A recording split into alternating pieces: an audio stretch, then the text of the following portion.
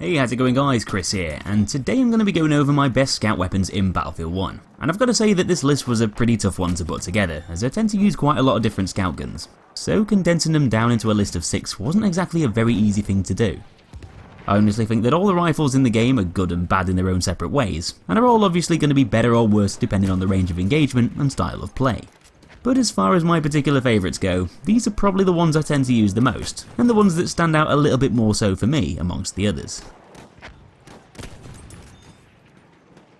So anyway, at number 6 is the Type 38 ARISAKA that came along in the Turning Tides DLC. A solid option for those early mid-ranges that not only deals a stronger amount of damage here, but also has quite a lot of other stats to increase its effectiveness and make it seem like an easier thing to use at said ranges too. If you're an aggressive player that likes to take on enemies a bit closer to all the action, then the ARISAKA does quite a lot of things right. Its one-hit kill sweet spot zone begins at the same distance as the MARTINI-HENRY's at 30 meters, and although it doesn't span over as much distance, with the ARISAKA's sweet spot only lasting up to 62 meters, it's still fairly easy to judge whether your enemies are going to be within the gun's one-hit kill area. And even if they're just outside it, the ARISAKA's still going to deal a very respectable amount of damage regardless. More than a lot of the other long-range rifles that are more likely to dish out their minimum damages at mid-range. This generally higher close to mid-range power makes the ARISAKA a more reliable killing machine for finishing weakened opponents off within those offensive ranges, as anyone who's taken a little bit of damage already are going to be more likely to fall victim to the ARISAKA's higher damage output, ensuring they're not going to survive that shot.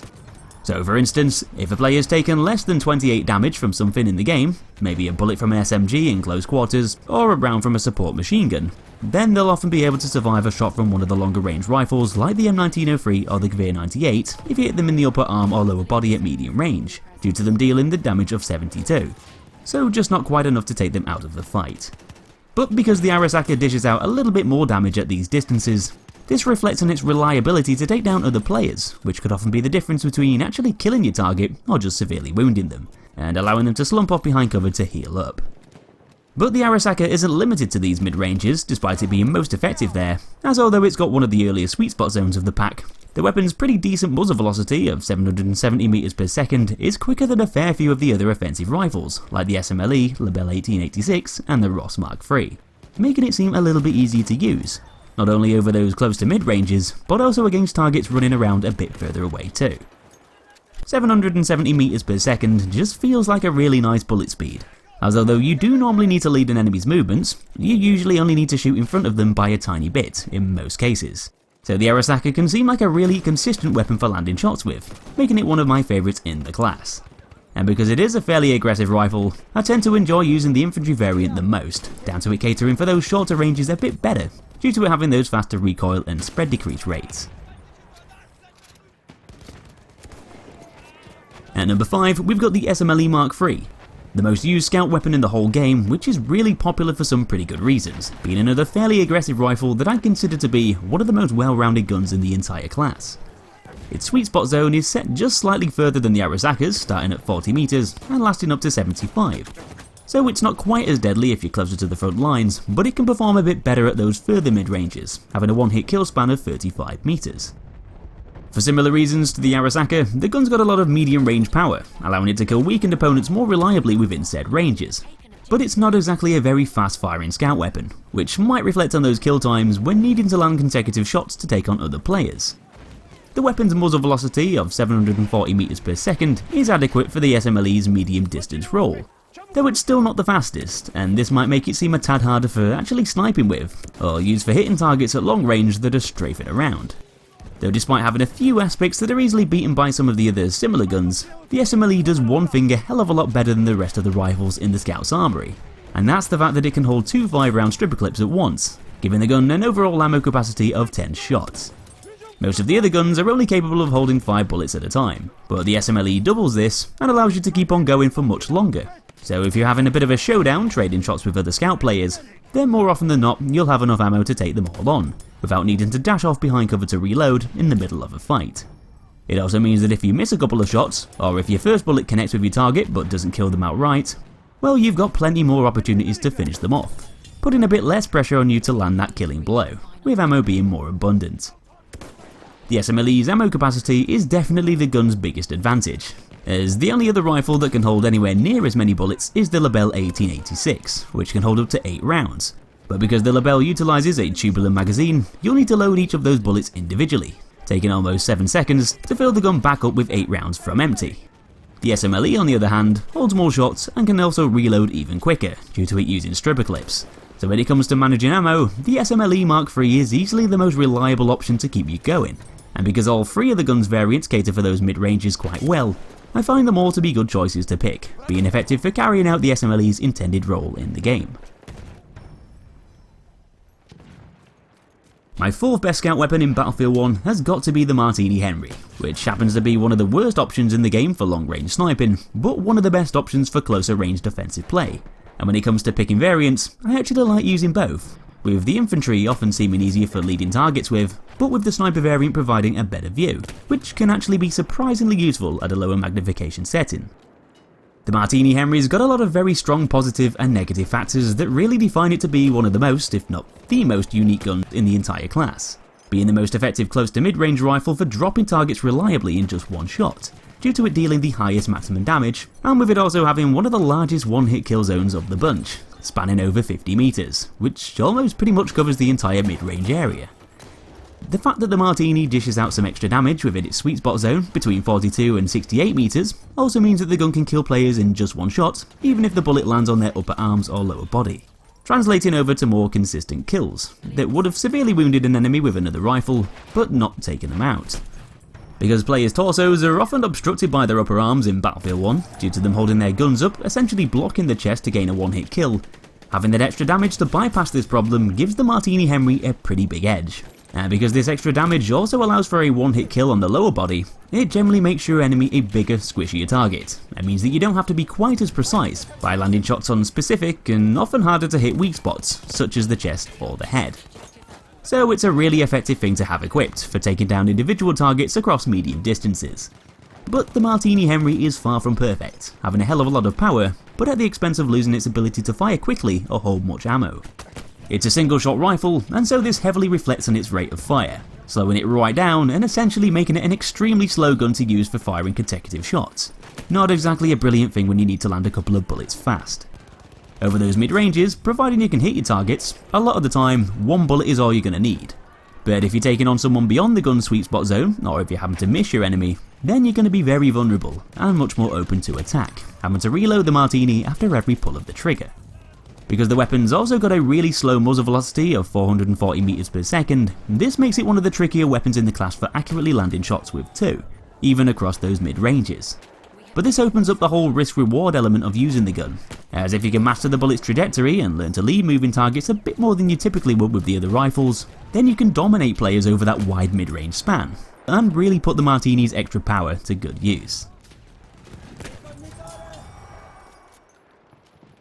When it comes to long-range sniping, the GEWEHR 98 is my go-to option, hence why it's made its way to number 3.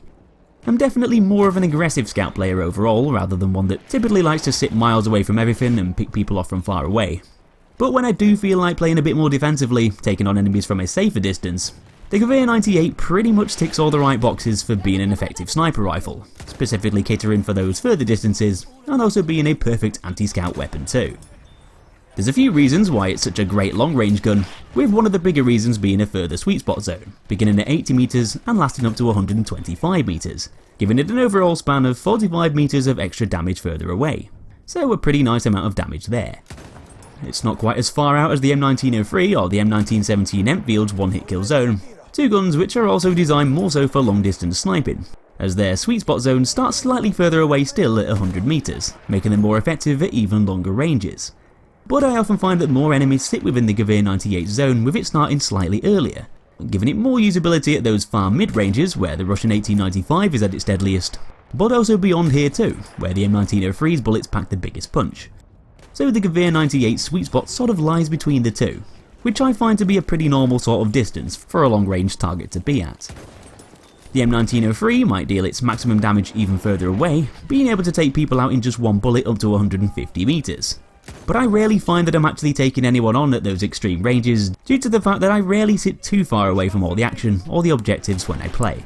So for this reason, I find the GEWEHR 98 sweet spot zone to be the superior one for me, starting a little bit earlier than the M1903's, but also ending earlier too, at a distance where I'm more likely to engage in a gunfight.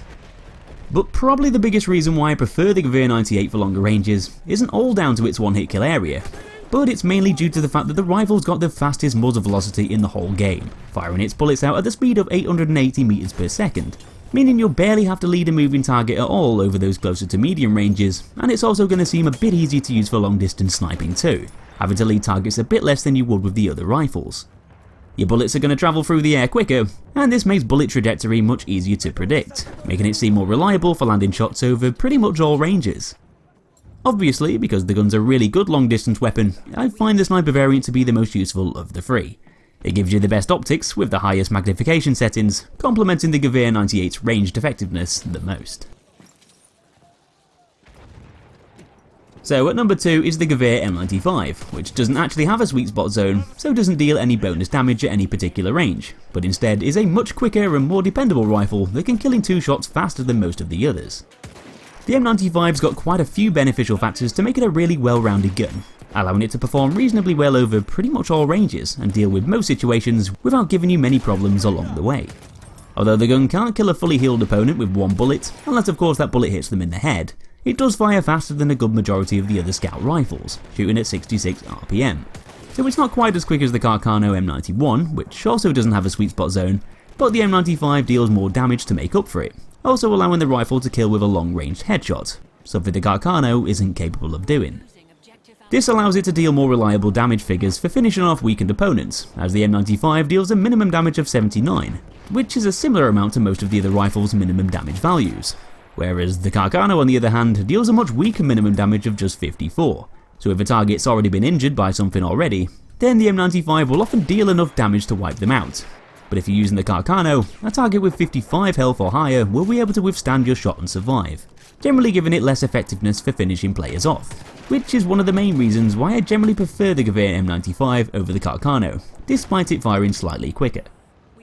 One of the other big advantages that the M95 has over not just the Carcano, but almost all of the other scout rifles, is the fact that the gun itself uses a straight pull bolt as opposed to being a turn bolt rifle. So this means that you don't need to unscope to cycle the bolt after every pull of the trigger, and you can basically remain in ADS, allowing you to stay on target a hell of a lot easier in between shots, which is actually a much bigger deal than it probably sounds. This cranks up the gun's usability and makes it a much easier weapon to aim with, especially when firing consecutive shots, which is something the gun really needs to be good at due to it often requiring 2 rounds to kill anyway. And when you combine this with the fact that the gun shoots quicker than most of the other rifles in the game, you've got something pretty special. A really solid, aggressive rifle with faster 2-shot kill times than most of the other guns on offer in the scout class. I must say that the GEWEHR M95 doesn't do everything flawlessly, because it does have a fairly low muzzle velocity of just 620 meters per second, which might make it seem a tad harder to use over further distances, with its bullet speed being a bit slower than a lot of the other rifles, something you need to take into account when using it. Though the M95 does have some very reliable and pretty fast reload speeds, taking exactly 3 seconds each time. You don't need to worry about any pre or post reload delays, or taking any extra time for individual rounds to be replaced, as you'll just perform a clip reload whenever you hit the reload button. Very simple. And this just gives the gun even more versatility, and makes it a very reliable thing to use on the go.